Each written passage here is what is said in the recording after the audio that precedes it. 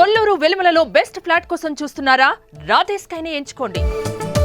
నమస్తే, నేను విజయ్. జనసేన పార్టీ అధినేత AP deputy CM Pawan Kalyan తన కుమారుడు అకీరా నందన్ను తెర మీదకు తీసుకొస్తున్నారా?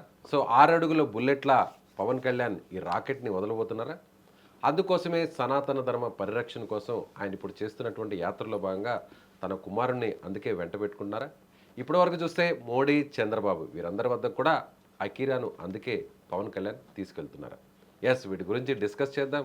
అకీరాకు ఏ విధంగా గ్రౌండ్ వర్క్ రెడీ చేస్తున్నారు, వీటి గురించి అనాలిసిస్ చేద్దాం. మనతో పాటు పొలిటికల్ అనలిస్ట్ చంద్ర శ్రీనివాస్ గారు ఉన్నారు.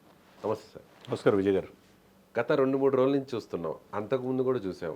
మోడీ దగ్గరికి వెళ్ళినా, చంద్రబాబుని మీట్ అయినా, ఇప్పుడు సాక్షాత్తు ఆయన సనాతన ధర్మం యాత్ర చేస్తున్నా కూడా కుమారుణ్ణి వెంట పెట్టుకొని ఉన్నారు. ఏంటి దీని వెనక ఏదన్నా వ్యూహం నడుస్తుందా? అంటే పవన్ వ్యూహం ఎవరికి అర్థం కాదు. ఆయన వ్యూహాలు ఊహాతీతం అంటారు చూసారా. అటువంటి రాజకీయం, ఒకవైపు రాజకీయం, సినిమాల్లో ఆయన 2.5 దశాబ్దాల నుంచి ఎంతో ఒడిదుడుకు చూశాడు. ఇప్పుడు అంతా సక్సెస్ మార్గాన్ని వెళ్తున్నారు. అదే సమయంలో మీరు అన్నట్టు 6.5 అడుగులు, అంటే దాదాపు 6 అడుగులు 2 అంగుళాలు ఉన్నాడు. అంటే తన తండ్రి చాటున ఎదిగే కొంది ఒదిగే లక్షణం ఎక్కడ నేర్చుకుంటారు? అది చిరంజీవి గారి నుంచి నేర్చుకున్నారు. ఆ తర్వాత పవన్ కళ్యాణ్ గారు మనం చూసాం. దశాబ్దన్నర పోరాటం, ఎక్కడ గెలని వ్యక్తి 100% సక్సెస్ రేట్తో ఈ దేశ రాజకీయాల్లోనే పవర్ స్టార్గా ఎదిగారు, పొలిటికల్ పవర్ స్టార్గా. మరి అటువంటిది తన బిడ్డల్ని మనం చూస్తే కనుక తన 2 కూతుర్లు కూడా వారాహి అక్కడ తిరుమల డిక్లరేషన్ ఇచ్చాడు.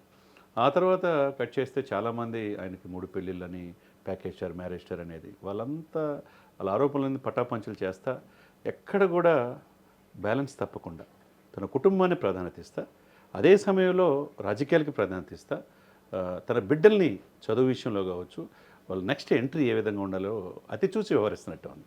మీరు అన్నట్టు మొన్న మోదీ గారి పరిచయం చేసిన తీరు, అన్నా లజ్జనో భార్యతో పాటు మోదీ గారి దగ్గరికి వెళ్ళినప్పుడు ఆయన భుజం మీద చేసి అంత ఇట్లా చూడాల్సి వచ్చింది, పైకి చూడాల్సి వచ్చింది. ఆ రోజున అక్కడి నుంచి కట్ చేస్తండి. తర్వాత ప్రమాణ స్వీకారం అప్పుడు కూడా తన ఫ్యామిలీ అంతని అఖిలతో పాటు మోదీ గారికి పరిచయం చేయడం జరిగింది. ఆ తర్వాత పలు సందర్భాల్లో చంద్రబాబు నాయుడు గారు కూటమి విజయం సాధించిన తర్వాత పవన్ కళ్యాణ్ గారి దగ్గరికి వెళ్ళారు. అప్పుడు కూడా కాళ్ళకి దండం పెట్టాడు. అంటే పెద్దవాళ్ళు ఏ విధంగా గౌరవించాలి, అది అన్నగారి నుంచి నేర్చుకున్నారు, మెగాస్టార్ గారి నుంచి పవన్ గారి నుంచి కొడుకు నేర్చుకున్నాడు. ఈరోజు తన కొడుకునే అంటిపెట్టుకొని తన తండ్రి చోటున ఏ విధంగా ఎదగాలి, ఒకవైపు రాజకీయాలు కావచ్చు, రేపటి రోజున ఆయన ఇప్పుడు 21 సంవత్సరాలు అడుగుపెట్టాడు సార్. చూస్తే రేపు ఇంత కటౌట్ మెగా ఫ్యామిలీలో లేదు. ఇప్పుడు వరుణ్ బాబుని ఒకసారి చూసాం, నాగబాబు కుమార్ని. ఆ తర్వాత చూస్తే ఇతనే కనపడుతున్నాడు. ఆ రోజు మోదీ గారితో ఇతను పవన్ కాదు తుఫాను అన్న తర్వాత డైరెక్ట్గా వాళ్ళ అన్నగారింటికి మనం అంతా చూసాం. కుటుంబ విలువలు, సాష్టాంగ నమస్కారం పెడతాం, కొడుకుని తీసుకురావటం, భార్యను తీసుకురావటం, భార్య 2 చెప్పులు చేతిలో పట్టుకోవడం, ఇవన్నీ చూస్తే ఇది కదా కుటుంబం అని మనం అంతా అనుకున్నాం. ఇకపోతే మీరన్నట్టు ఈ 3 రోజులు ప్రత్యేకంగా తన కొడుకుని చూస్తే 6 అడుగుల ఆజానుభావులు అంటారు చూసావు, 6-2 అడుగులతో రేపు ఓజీ సినిమాల్లో తనతో పాటు నాన్నగారితో పాటు నటిస్తున్నాడని చెప్పి కూడా ఒక ఇది వచ్చింది. సినిమాల్లో కూడా అరంగేట్రం చేసే అవకాశం స్పష్టంగా ఉంది ఓజీ ద్వారా. అదేవిధంగా కల్కిలో కూడా ఉంటున్నాడని చెప్పి అంటున్నారు పార్ట్ 2లో. అది ఏ విధంగా చూసుకున్నా ఇతను చాలా డిసిప్లిన్గా చూస్తే మనిషిని చూడండి, ఎక్కడ గర్వం లేదు. ఇప్పుడున్న సోకాల్డ్ హీరో కొడుకులకి ఎంత గర్వంగా ఉండి ఇన్ని రకాల కేసుల్లో ఒకవైపు డ్రగ్స్కి అలవాటు పడి, మద్యానికి అలవాటు పడి రకరకాలు మనం చూస్తూ ఉన్నాం.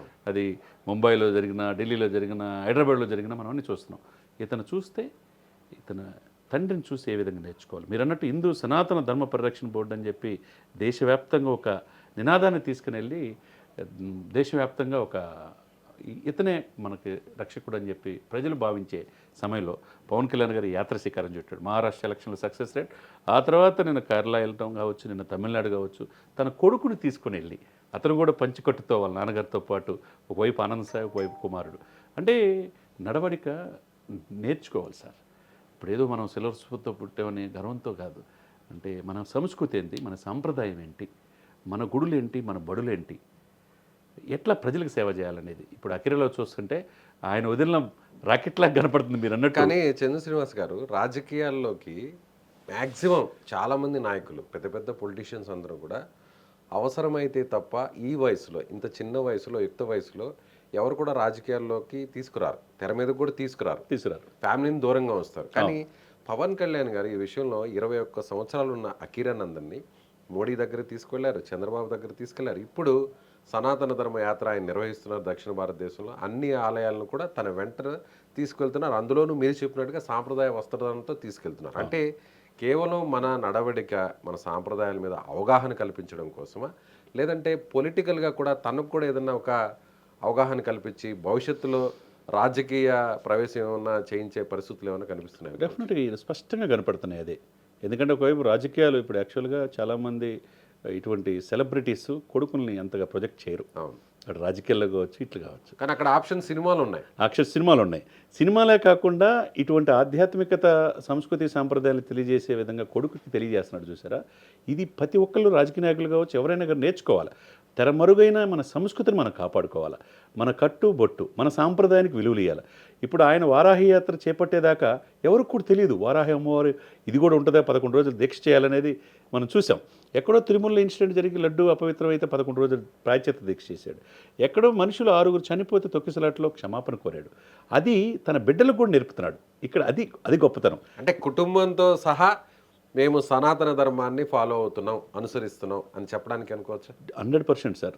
విజయ్ గారు కుహన లౌకికవాదులు, అటు ముస్లిమ్స్ ఓట్లు పోతాయని, క్రిస్టియానిటీ ఓట్లు పోతాయని ఉద్దేశంతో ఇది ఎవరు తీసుకురారు సనాతన ధర్మం అనేది. నాకు రాజకీయాలు ముఖ్యం కాదు, నా పార్టీ కాదు, నేను డిప్యూటీ సీఎం కాదు, నా 100 కోట్ల మంది ప్రతినిధికి నేను అంటున్నాడు.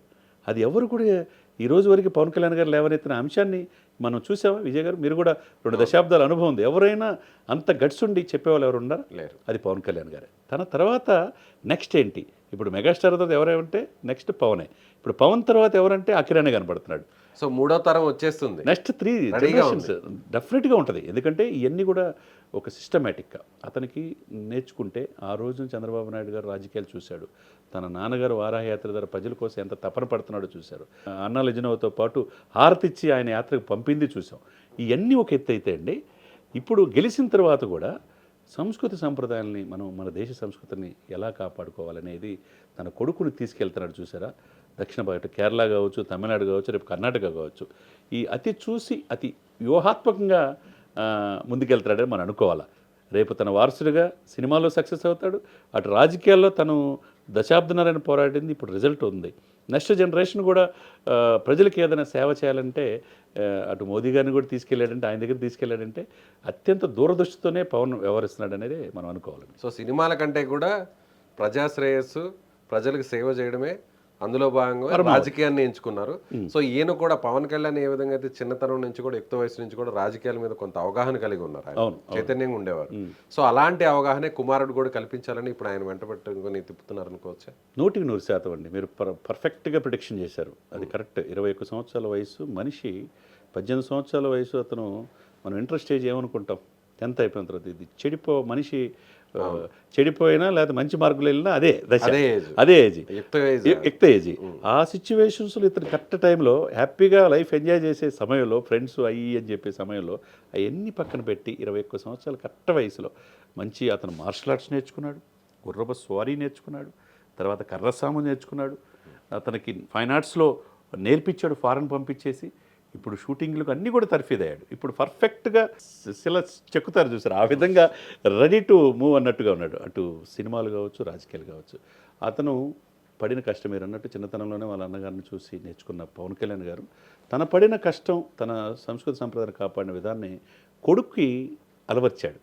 కొడుకు ఎలా ఉండాలి సమాజంలో, ప్రజలకు ఏ విధంగా సేవ చేయాలి, నెక్స్ట్ జనరేషన్ కూడా మనతో ఆగకూడదు, నెక్స్ట్ మన బిడ్డలకు కూడా అటువంటి మన వారసత్వాన్ని మనం అందించగలిగితే, ఈ దేశం గురించి, సంస్కృతి సంప్రదాయాల గురించి, ప్రజలకు సేవ చేయాలన్న ఆలోచన గురించి, ఇది ఎట్లయితే పవన్ కళ్యాణ్ గారు వాళ్ళ కొడుక్కి ఇస్తున్నాడు ఈరోజు అకిరానందరికి, ఇది నేటి తరం అనేక మంది స్ఫూర్తిగా తీసుకోవాల్సిన అవసరం. మనం ఆ విజువల్స్ను కూడా చూస్తే ఎక్కడ కూడా ఆ యాటిట్యూడ్ అనేది కనిపించట్లేదు తనకి. చాలా సింపుల్గా ఉంటున్నారు. పవన్ కళ్యాణ్ ఎలా సింపుల్గా ఉంటారో సేమ్ అకీరా కూడా అలాగే సింపుల్గా ఉన్నారు.